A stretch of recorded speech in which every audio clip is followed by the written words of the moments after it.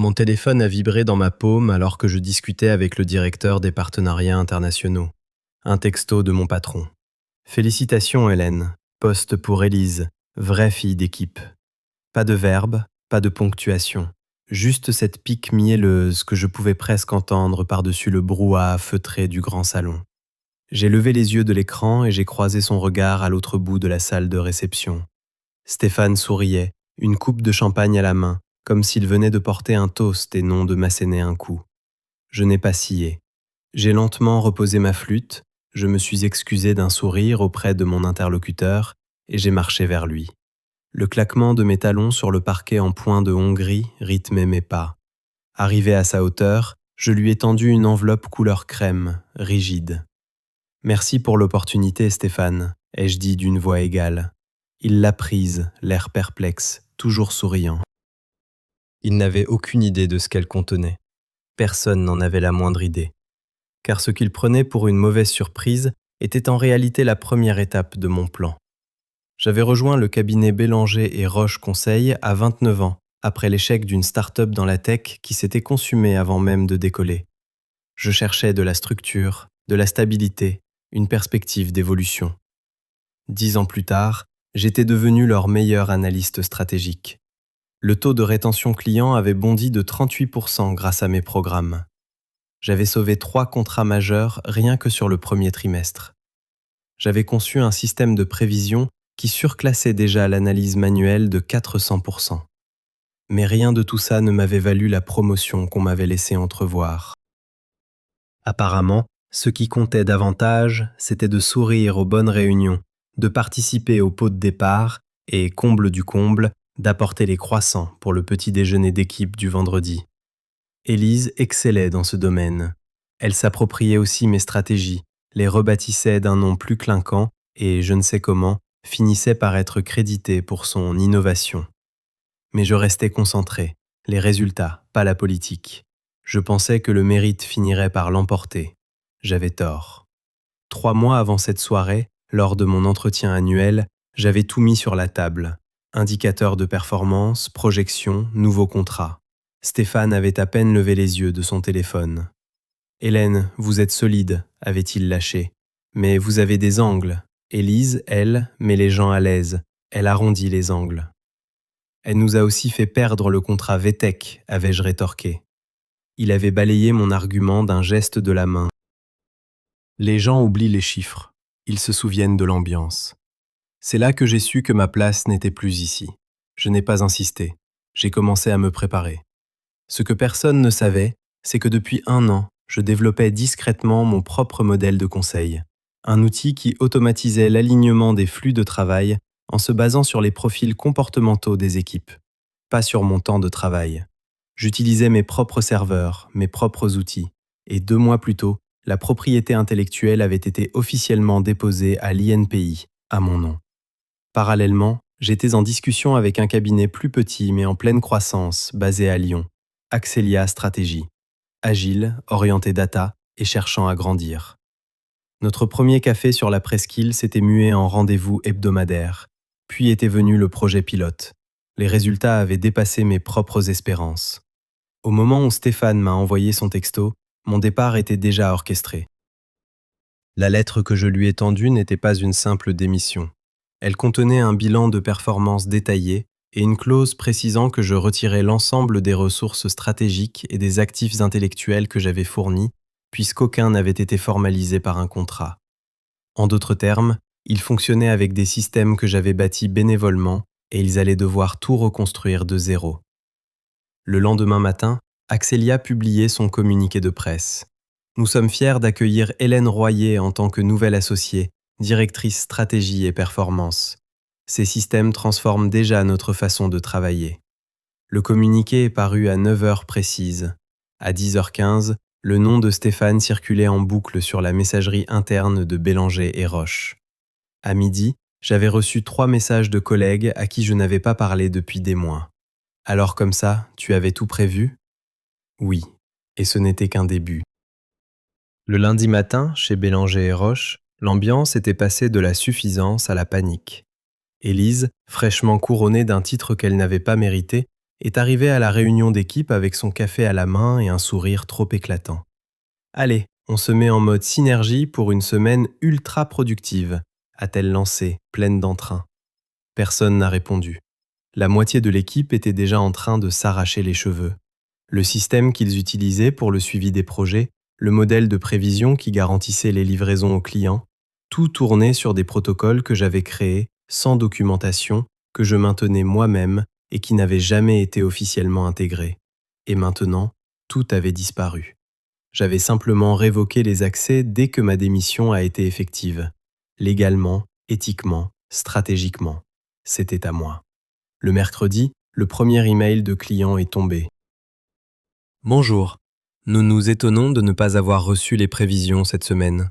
Puis un autre. Nous notons des retards inhabituels. Tout va bien chez vous? Et encore un autre. Qui gère la transition d'Hélène? Nos livrables dépendaient de son système.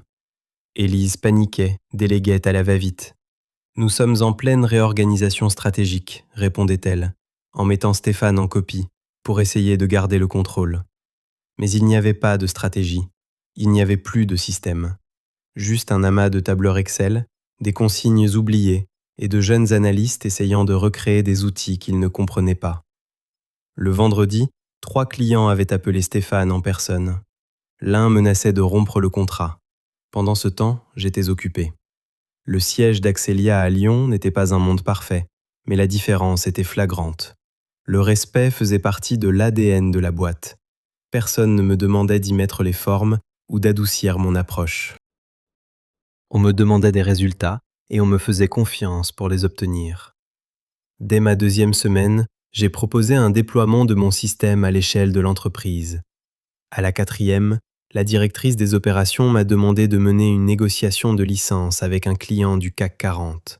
« Vous avez bâti quelque chose de solide », m'a-t-elle dit. « On n'a pas besoin de vernis, on a besoin de précision. » Chez Bélanger et Roche, Élise sombrait. Ses grandes idées n'étaient que du jargon. Elle organisait des déjeuners cohésion et postait des citations inspirantes sur l'intranet, comme si ça pouvait colmater les brèches béantes dans leurs opérations. Mes anciens collègues étaient épuisés, faisaient des heures supplémentaires pour refaire des tâches de base. Et Stéphane, il était trop fier pour admettre qu'il avait tout gâché, trop lent pour comprendre qu'il avait misé l'avenir de son service sur la mauvaise personne. Un après-midi, une jeune analyste nommée Chloé m'a écrit en privé. « Je voulais juste te dire, c'est toi qui tenais tout, c'est le chaos maintenant. Je n'ai pas jubilé, je l'ai juste remercié. J'avais mieux que la vengeance, j'avais une dynamique. La croissance d'Axelia s'accélérait. Mon système, désormais baptisé Synapse, était testé dans 3 secteurs différents. 2 semaines plus tard, Stéphane a organisé une réunion de crise. Élise a commencé par un discours creux, suivi d'une présentation si générique qu'elle aurait pu être générée par une IA. Elle a buté sur des indicateurs de performance élémentaires, a écorché le nom d'un client et a blâmé les vieux systèmes pour la baisse de performance. Un des analystes seniors a toussé bruyamment. Un autre a marmonné. C'est drôle, Hélène ne se plaignait jamais du système, elle le réparait. Le message est arrivé un mardi matin, d'un numéro que je n'avais pas enregistré, mais que j'ai immédiatement reconnu, celui de Stéphane.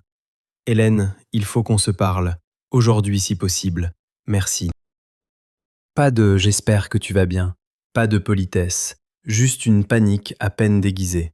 Je n'ai pas répondu tout de suite, j'avais des réunions, des projections à finaliser, Stéphane pouvait attendre. En 3 semaines à peine, 3 de leurs clients majeurs s'étaient retirés. Ce n'est que le soir que j'ai répondu, sans dire oui ni non. Je suis disponible 15 minutes demain, entre 9h30 et 9h45. À vous de voir. Il a appelé à 9h31. Sa voix était tendue. Hélène, merci de prendre le temps. Je serai direct. Nous faisons face à une instabilité opérationnelle majeure. Les flux de travail que vous aviez mis en place étaient plus intégrés que nous le pensions. Élise n'a pas réussi. J'ai haussé un sourcil, même s'il ne pouvait pas le voir. Vous voulez dire qu'elle ne comprend rien à ce dont elle a hérité ? Il a hésité. Ce n'est pas comme ça que je le formulerais, mais oui. Puis il en est venu à la vraie raison de son appel. Hélène, ce que vous avez construit, votre système, C'était la colonne vertébrale de notre service. Nous aimerions vous proposer un partenariat de licence. Nous sommes prêts à vous dédommager. J'ai souri lentement. Vous voulez une licence pour le système que vous qualifiez de trop technique il y a 6 mois? Silence. Puis plus bas. On a fait une erreur. J'ai fait une erreur. Vous n'étiez pas juste technique. Vous étiez le moteur. C'était la première fois qu'il l'admettait, mais ça ne me procurait aucune satisfaction. J'ai dit à Stéphane que j'allais examiner sa proposition. Après l'appel, je ne me sentais pas triomphante, je me sentais lucide. Il ne voulait pas célébrer ma valeur, il voulait juste limiter les dégâts. La semaine suivante, un post anonyme sur un forum spécialisé du secteur a commencé à faire du bruit. La direction a misé sur l'image plutôt que sur la compétence. Résultat, les systèmes lâchent, le moral est au plus bas, et la seule personne qui aurait pu sauver les meubles est partie. La rumeur a été confirmée quelques jours plus tard, Élise avait démissionné, pour raisons personnelles. Le même jour, elle a posté un selfie d'adieu sur LinkedIn. Légende, la croissance, c'est aussi savoir dire au revoir. Les commentaires ont été brutaux. Croissance pour qui? J'espère qu'Hélène va bien. De mon côté, je continuais de construire. Axelia m'a invité à prendre la parole lors d'un sommet national sur le leadership. J'ai accepté. La proposition officielle de Bélanger et Roche est arrivée un dimanche soir. Une offre de rachat pour 1,5 million d'euros. Généreux en surface. Mais dès que j'ai lu les clauses de non-divulgation et de non-concurrence, j'ai compris. Ils n'achetaient pas un partenariat, ils achetaient mon silence. J'ai accepté une réunion, en terrain neutre, dans le salon privé d'un grand hôtel de l'avenue Montaigne, loin de leur bureau aseptisé de la Défense. Stéphane avait l'air d'avoir vieilli de 10 ans. Il a commencé son baratin. C'est une opportunité de guérir les blessures. Je l'ai laissé parler, puis j'ai retourné sa proposition sur la table. Vous voulez le système? Il vous faudra plus que de l'argent. Son front s'est plissé. Départ dans la société? J'ai secoué la tête. Non, Stéphane. Je veux une reconnaissance. Publique. Je me suis penché en avant. Je veux que vous reconnaissiez avoir ignoré mon travail et confié ma promotion à quelqu'un qui ne savait même pas gérer un tableur. Vous avez enseigné à toute une équipe de professionnels que la compétence seule ne suffisait pas, que s'ils ne jouaient pas le même jeu qu'Élise, ils n'avaient pas leur place. Le silence s'est étiré. Finalement, il a murmuré. Vous avez raison. Alors voilà mes conditions, ai-je dit calmement. Vous publiez une reconnaissance officielle du créateur du système, nommément, dans votre rapport trimestriel aux actionnaires et dans votre newsletter client. Ensuite, nous parlerons d'une licence à durée limitée, rien de plus. Synapse reste ma propriété, mon nom reste dessus. Son visage a pâli. C'est sans précédent. Le mépris pour mon travail l'était aussi. La note aux actionnaires a été publiée 12 jours plus tard. Page 3, deuxième colonne.